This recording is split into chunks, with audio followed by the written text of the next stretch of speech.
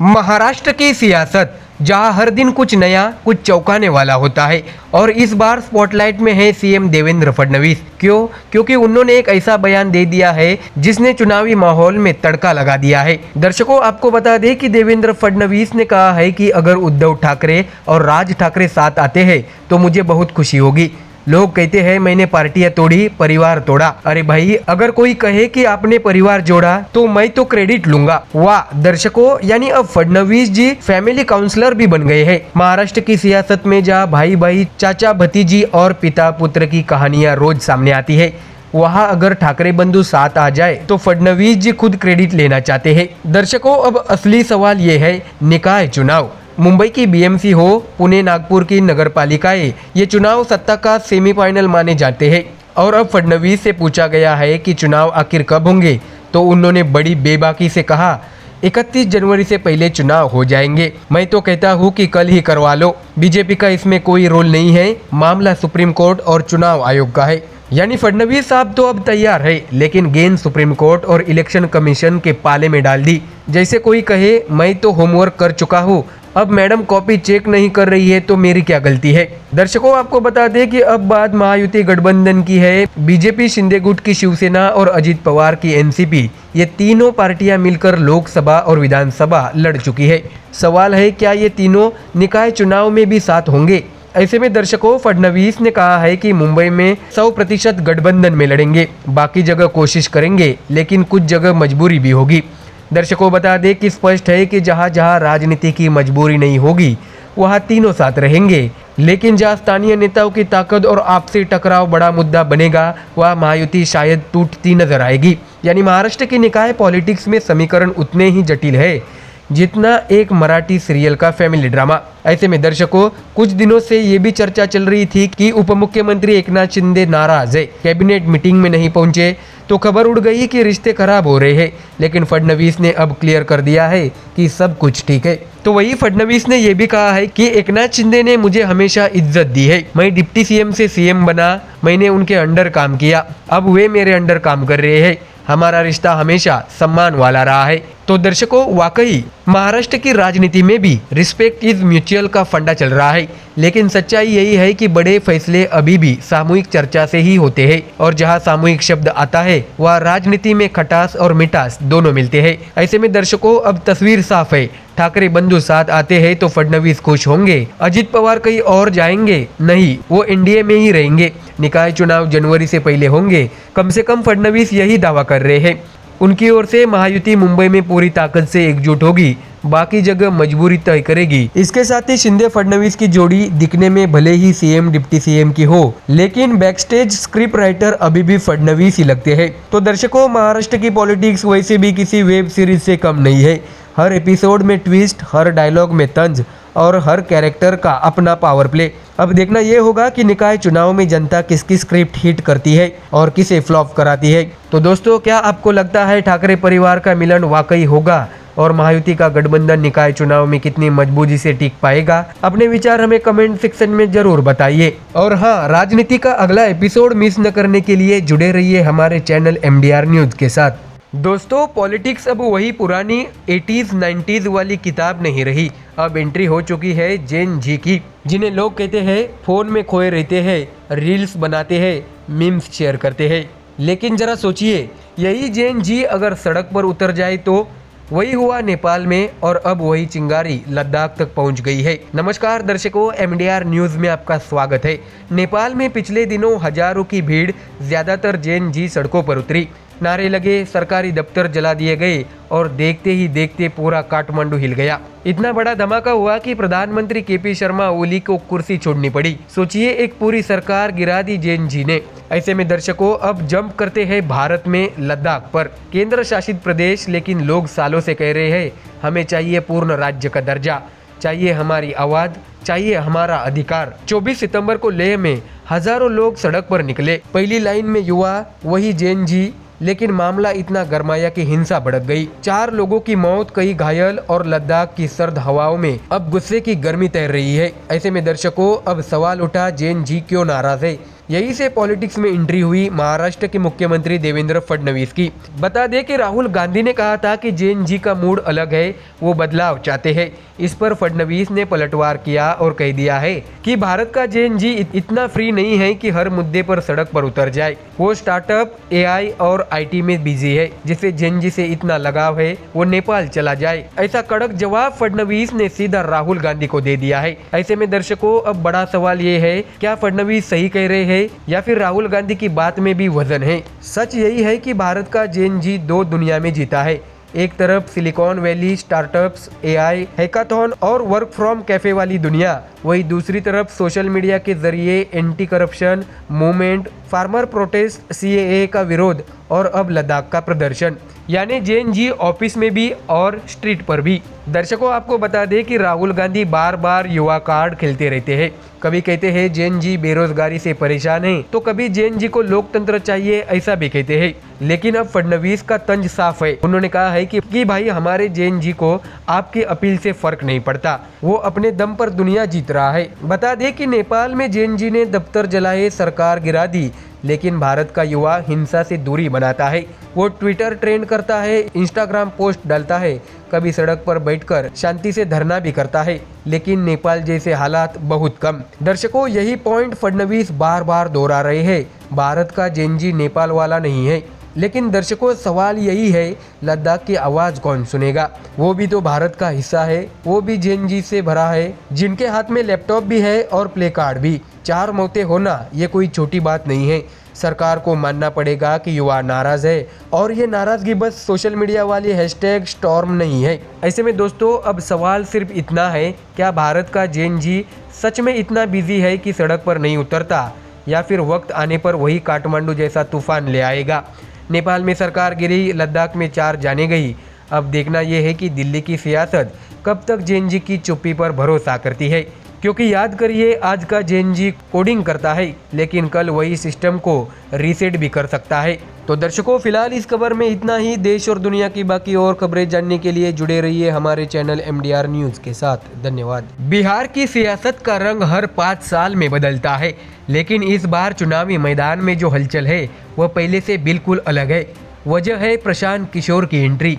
पीके की जन स्वराज पार्टी ने मैदान में आते ही समीकरणों को उलझा दिया है। सवाल ये है कि क्या बिहार की राजनीति में वाकई कोई नया किंग मेकर जन्म ले रहा है, या फिर पुरानी जुगलबंदी एनडीए और महागठबंधन ही 2020 की तरह मुकाबले को बांध दे रखेगी? दर्शकों, आपको बता दें कि पूर्णिया की 24 सीटों पर चुनावी माहौल हमेशा से ही दिलचस्प रहा है। यहाँ मुस्लिम आबादी करीब 46% और अनुसूचित जाति लगभग 14% है। ऐसे में जातीय समीकरण हर पार्टी की रणनीति का केंद्र होते हैं। 2020 में एनडीए को यह 12 सीटें और 36% वोट मिले थे।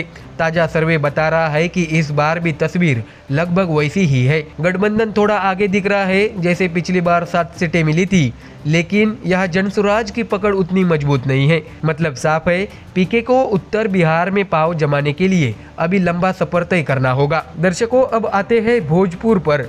यहाँ 22 सीटें हैं और दिलचस्प बात यह है कि मुस्लिम आबादी सिर्फ 9% है, लेकिन अनुसूचित जाति की आबादी लगभग 22%। 2020 में महागठबंधन ने यहाँ 19 सीटें झटक कर अपना दबदबा दिखाया था, जबकि एनडीए सिर्फ 2 सीटों तक सिमट गया था। लेकिन 2025 में कहानी पलट सकती है। सर्वे बताते हैं कि इस बार जनसुराज भोजपुर में सबसे बड़ी ताकत बनकर उभर रही है। यानी यह लड़ाई सिर्फ 2 पुरानी ध्रुवों तक सीमित नहीं है, बल्कि तीसरा मोर्चा मैदान में पूरी तैयारी से मौजूद है। भोजपुर से पीके को उम्मीद की सबसे बड़ी किरण दिख रही है। तो वही सारण की 24 सीटें हमेशा से ही सियासी चर्चाओं में रहती है। यह मुस्लिम और अनुसूचित जाति दोनों की आबादी लगभग 15% है। 2020 में महागठबंधन ने यहां 15 सीटें जीती थी और एनडीए को 9 सीटों पर जीत मिली थी। इस बार भी दोनों के बीच मुकाबला बराबरी का बताया जा रहा है। लेकिन ट्विस्ट यही है, जनसुराज यहाँ हर सीट पर अपनी मौजूदगी दर्ज करा रही है। भले सीटों का हिसाब किताब अभी साफ नहीं है, लेकिन इतना तय है कि त्रिकोणीय लड़ाई यहाँ से तय होगी। तो वही दर्शकों आपको ये भी जानकारी दे कि पटना का असर पूरे बिहार के चुनाव पर पड़ता है। यहाँ की 21 सीटें सिर्फ विधानसभा का हिस्सा नहीं होती, बल्कि यह राज्य की राजनीतिक नब्ज भी बताती है। 2020 में एनडीए को यहाँ 11 और महागठबंधन को 10 सीटें मिली थी। इस बार भी सीटों के हिसाब में बदल नजर नहीं आ रहा है, लेकिन ध्यान देने वाली बात यह है कि जनसुराज ने पटना में अपनी मजबूत पकड़ बना ली है। यहाँ के युवा, पढ़ा लिखा तबका और शहरी वोटर पीके की बातों को गंभीरता से सुन रहा है। अगर पटना में जनसुराज ने खाता खोल दिया तो यह बिहार की राजनीति का सबसे बड़ा सरप्राइज होगा। ऐसे में दर्शकों, संपूर्ण बिहार के ताजे सर्वे माने तो एनडीए फिलहाल 47 सीटों पर मजबूत दिखाई दे रहा है। महागठबंधन 19 सीटों पर आगे है, लेकिन जनसुराज का असर कई क्षेत्रों में संतुलन बिगाड़ने वाला साबित हो सकता है। 2020 जैसे ही माहौल दिख रहा है, लेकिन फर्क यही है कि इस बार जनता के पास तीसरा विकल्प मौजूद है। पीके की एंट्री ने सिर्फ माहौल को बदला नहीं, बल्कि पुराने दावेदारों की नींद भी उड़ा दी है। ऐसे में दर्शकों, क्या जनसुराज वाकई सीटों में तब्दील हो पाएगी या सिर्फ वोट काटने वाली पार्टी बनकर रह जाएगी? क्या भोजपुर और पटना जैसे इलाकों में पीके अपनी पार्टी के लिए पहचान गढ़ पाएंगे? और सबसे बड़ा सवाल ये, क्या 2025 का चुनाव भी 2020 जैसा ही साबित होगा या फिर इस बार बिहार की राजनीति कोई नया अध्याय लिखेगी?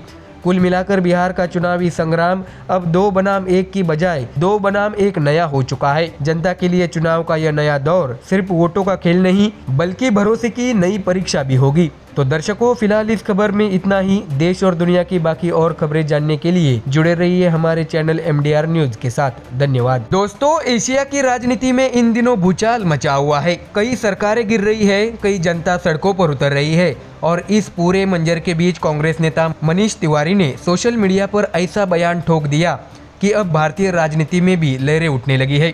और सबसे मजेदार बात यह है कि बीजेपी ने इस बयान को सीधे जोड़ दिया राहुल गांधी से। अब कहानी बन गई है एक तीर 2 निशाने। दर्शकों, आपको बता दें कि हुआ यूं कि मनीष तिवारी ने एक्स यानी ट्विटर पर पोस्ट किया, जनरेशन XYZ अब किसी का विशेषाधिकार मानने को तैयार नहीं। श्रीलंका से लेकर नेपाल और बांग्लादेश से लेकर फिलीपींस तक जनता ने वंशवाद और खास परिवारों के खिलाफ गुस्सा दिखा दिया है। भाई साहब, ये तो साफ कह दिया, अब नेपो कल्चर का टाइम खत्म हुआ। बता दें कि उन्होंने बाकायदा तारीखें और घटनाएं का हवाला दिया। उन्होंने लिखा है कि जुलाई 2023 श्रीलंका में राजपक्षे परिवार की विदाई, जुलाई 2024 बांग्लादेश में शेख हसीना के खिलाफ बगावत, सितंबर 2025 नेपाल में केपी शर्मा ओली पर उठी लहर और फिलीपींस में मार्कोस जूनियर के खिलाफ विरोध। यानी मैसेज क्लियर है, वंशवाद वाली राजनीति जनरेशन Z के लिए अब कूल नहीं रही। तो ऐसे में दर्शकों, अब जरा सोचिए, कांग्रेस के नेता ने बयान तो दिया, लेकिन सबसे पहले तिलमिलाई बीजेपी IT सेल के चीफ अमित मालविया ने ट्वीट ठोका और कहा, देखिए देखिए, ये तो साफ निशाना है राहुल गांधी पर। आखिरकार मनीष तिवारी खुद G23 वाले बागी गुट में हैं और अब तो पार्टी के अंदर से ही बगावत उठ रही है। मतलब साफ है, बीजेपी ने मनीष तिवारी के बयान को राहुल गांधी पर मिसाइल बना दिया। मालविया बोले, जैन जी को छोड़िए, कांग्रेस के अपने सीनियर्स भी राहुल से तंग आ चुके हैं। वाह, क्या कमाल की पॉलिटिकल जिम्नास्टिक है। बयान दिया वंशवाद पर और बीजेपी ने गोल घुमाकर राहुल पर मार दिया। ऐसे में दर्शकों, अब कांग्रेस की दिक्कत ये है कि पार्टी पहले से ही वंशवाद के आरोप झेलती रही है। विपक्ष हर बार कहता है गांधी परिवार के बिना कांग्रेस अधूरी है, और अब अगर कांग्रेस का कोई वरिष्ठ नेता खुद सोशल मीडिया पर वंशवाद की पोल खोल दे तो भाई बीजेपी को तो बैठे बिठाई मसाला मिल जाता है। ऊपर से ये बयान उस समय आया है जब राहुल गांधी विपक्ष के नेता है और मोदी सरकार पर सीधा हमला बोल रहे हैं। ऐसे में बीजेपी को ये सुनहरा मौका मिला कि घर में घुस कर मारो। ऐसे में दर्शकों, अब सवाल ये है कि आम जनता इसे कैसे देख रही है। एक तरफ तो युवाओं की पीढ़ी जेन जी सोशल मीडिया पर हावी है, मीम्स बनते हैं, ट्रेंड चलते हैं और नेताओं के बयान मिनटों में वायरल हो जाते हैं। तो दूसरी तरफ जनता अब वंशवाद के खिलाफ आवाज़ जोर से उठा रही है। ये बात सिर्फ श्रीलंका या बांग्लादेश तक सीमित नहीं, भारत में भी यही माहौल तैयार हो रहा है। क्योंकि दर्शकों, सच कहे तो चाहे कोई भी पार्टी हो, वंशवाद हर जगह दिखता है। नेता का बेटा नेता, मंत्री की बेटी नेता और कार्यकर्ता बेचारा लाइन में खड़ा। यानी जनता के लिए ये कोई कांग्रेस वर्सेस बीजेपी वाली लड़ाई नहीं, बल्कि एक सिस्टम के खिलाफ गुस्सा है। लेकिन दर्शकों, असली ट्विस्ट यहाँ है, मनीष तिवारी ने तो कहीं भी राहुल गांधी का नाम नहीं लिया था। उन्होंने तो वंशवाद और एशियाई राजनीति की बात की थी, लेकिन बीजेपी ने सीधे कह दिया, भाई ये तो राहुल गांधी पर ही अटैक है। तो क्या दर्शकों, क्या ये कांग्रेस के अंदर से वाकई बगावत की गूंज है, या फिर बीजेपी इसे एक बस नया हथियार बना रही है राहुल को घेरने के लिए? जनता को अब ये तय करना होगा बयान का असली मतलब क्या है, सिस्टम पर हमला या राहुल गांधी पर तंज। तो दोस्तों, राजनीति के इस खेल में अब हर ट्वीट, हर बयान एक चेस मूव बन चुका है। मनीष तिवारी का बयान था एशियाई देशों और वंशवाद पर, लेकिन भारतीय राजनीति में उसका टारगेट बदल गया। कहते हैं ना, सियासत में टाइमिंग और एंगल ही सब कुछ है। तो दर्शकों, अब देखना यह है कि कांग्रेस इस बयान से कैसे बचाव करती है और बीजेपी इसको कितना और भुनाती है। और हाँ, आपके हिसाब से क्या मनीष तिवारी ने वाकई राहुल गांधी पर तीर चलाया, या फिर बीजेपी बस एक नया नैरेटिव गढ़ रही है? आपकी क्या राय है, हमें कमेंट सेक्शन में जरूर बताइए। तो दर्शकों, फिलहाल इस खबर में इतना ही। देश और दुनिया की बाकी और खबरें देखने के लिए जुड़े रहिए हमारे चैनल MDR न्यूज के साथ। धन्यवाद।